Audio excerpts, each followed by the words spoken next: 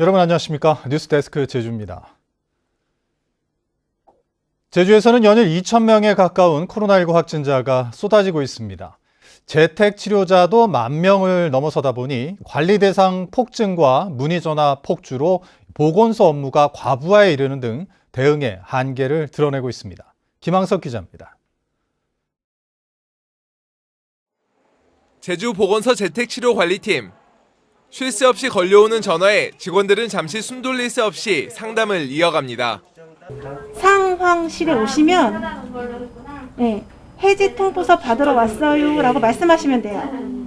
어제 1,806명, 오늘도 오후 5시 기준 1,730명이 신규 확진 판정을 받으면서 제주 지역 재택치료자 수는 11,700명을 넘어섰습니다. 관리 대상 인원이 폭증하고 치료와 격리 규정 등을 문의하는 전화가 폭주하는 일선 보건소는 사실상 마비 상태입니다. 주주 주말 할 거 없고 이제 야간에도 직원분들 다 퇴근 못 하시고 이제 민원 상담은 하고 있는데 전화가 이렇게 끊임없이 오기 때문에 쉽지는 않은 상황이에요. 재택 치료자 가운데 88%는 스스로 건강 관리를 해야 하는 60세 미만의 일반 관리군. 전화로 병원 진료를 받은 뒤 처방을 받고 혼자 사는 어르신이나 취약계층이 아니면 가까운 약국에서 약을 대리 수령하는 것이 원칙인데 이런 규정을 잘 몰라 문의하거나 격리 규정 등을 묻는 사례가 잇따르고 있는 겁니다.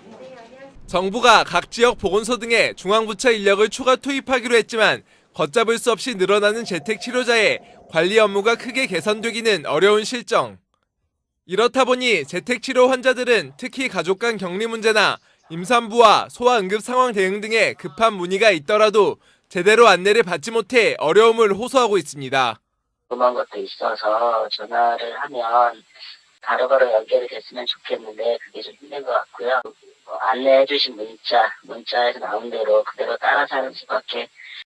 한편 제주도는 정부 방침에 따라 내일부터 식당과 카페 등 다중이용시설 11종의 방역 패스 적용을 일시 중단하고 4월부터 시행하기로 했던 청소년 방역 패스도 잠정 중단하기로 했습니다.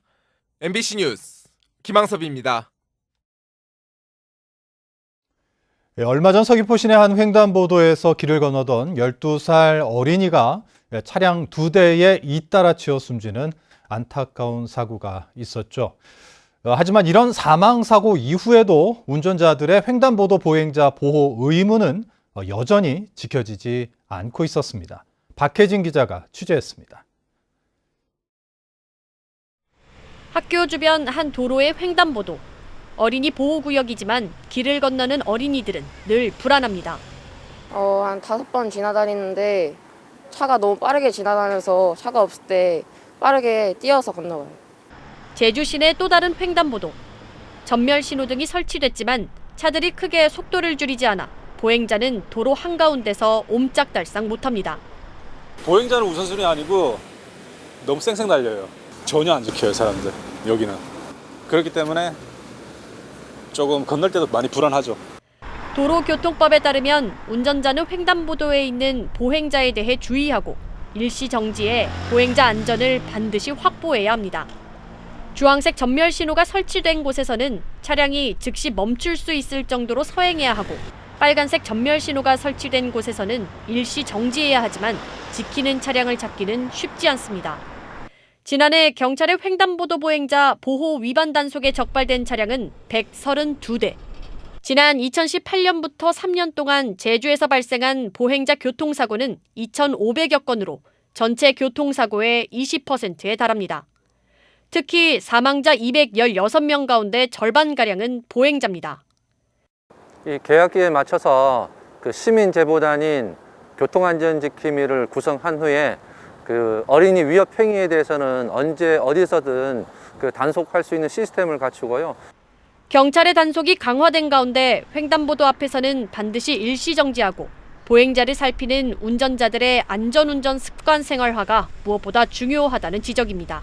MBC 뉴스 박혜진입니다.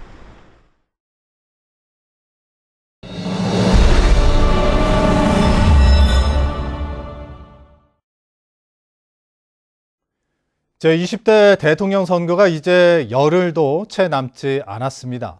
제주 MBC는 유권자들의 선택을 돕기 위해 각 후보의 핵심 공약을 골라 비교 분석하고 이행 방안을 따져보는 순서를 마련했는데요. 오늘은 첫 순서로 더불어민주당 이재명 후보의 제주형 기본소득과 국민의힘 윤석열 후보의 관광청 신설 공약을 권혁태 기자가 살펴봤습니다.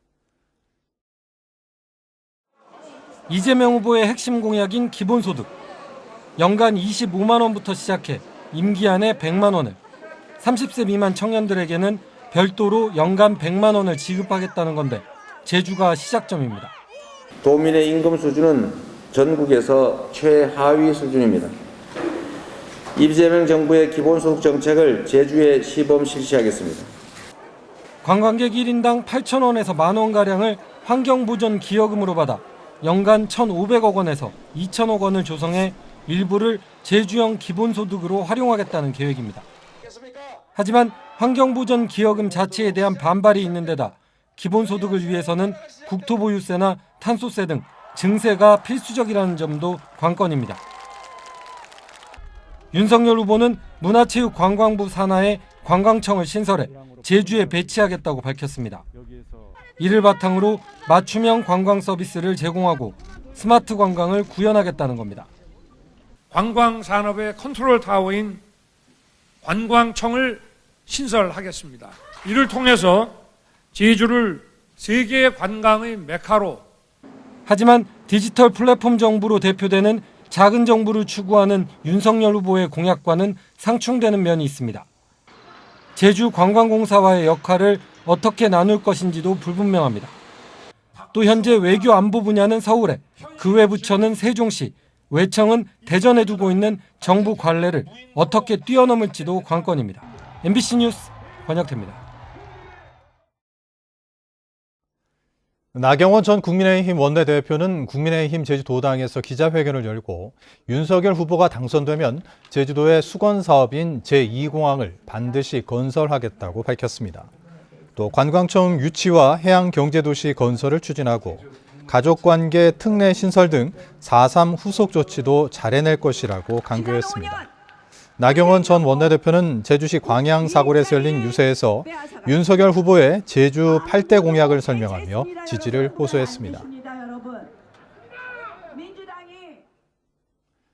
2030 제주 청년들은 제주도의회에서 기자회견을 열고 청년의 삶을 지켜주고 청년에게 기회를 만들어주는 더불어민주당 이재명 대선 후보를 지지한다고 선언했습니다.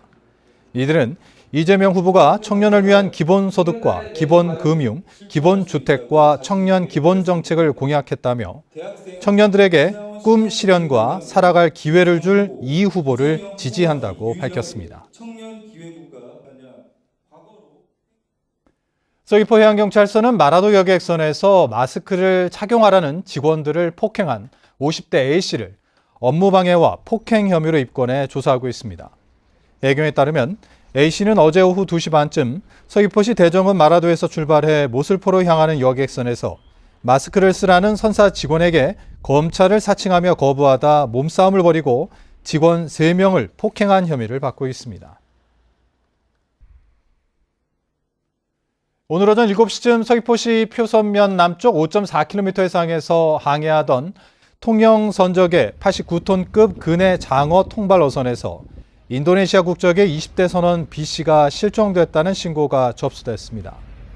해경은 현장에 헬기와 경비함정 등을 보내 인근에서 조업 중인 어선 7척과 실종자 수색 작업을 벌이고 있으며 선박 갑판에서 B씨가 추락하는 것을 목격했다는 선장의 진술을 토대로 정확한 경위를 조사하고 있습니다.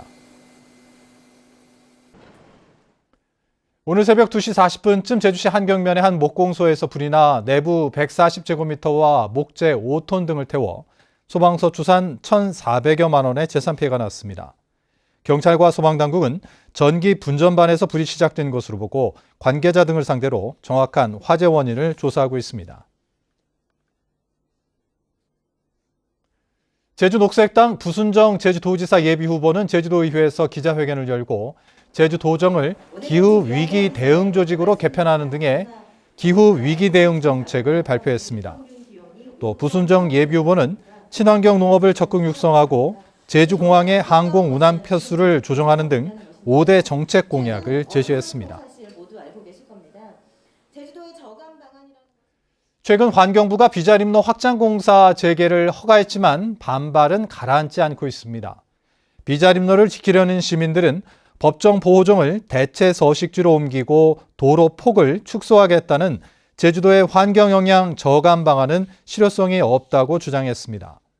이들은 전문가들도 벌채 구간을 원상복구해야 한다는 의견을 제출했다며 허가를 받아들일 수 없다고 밝혔습니다. 뉴스데스크 제주를 마칩니다. 시청해주신 여러분 고맙습니다.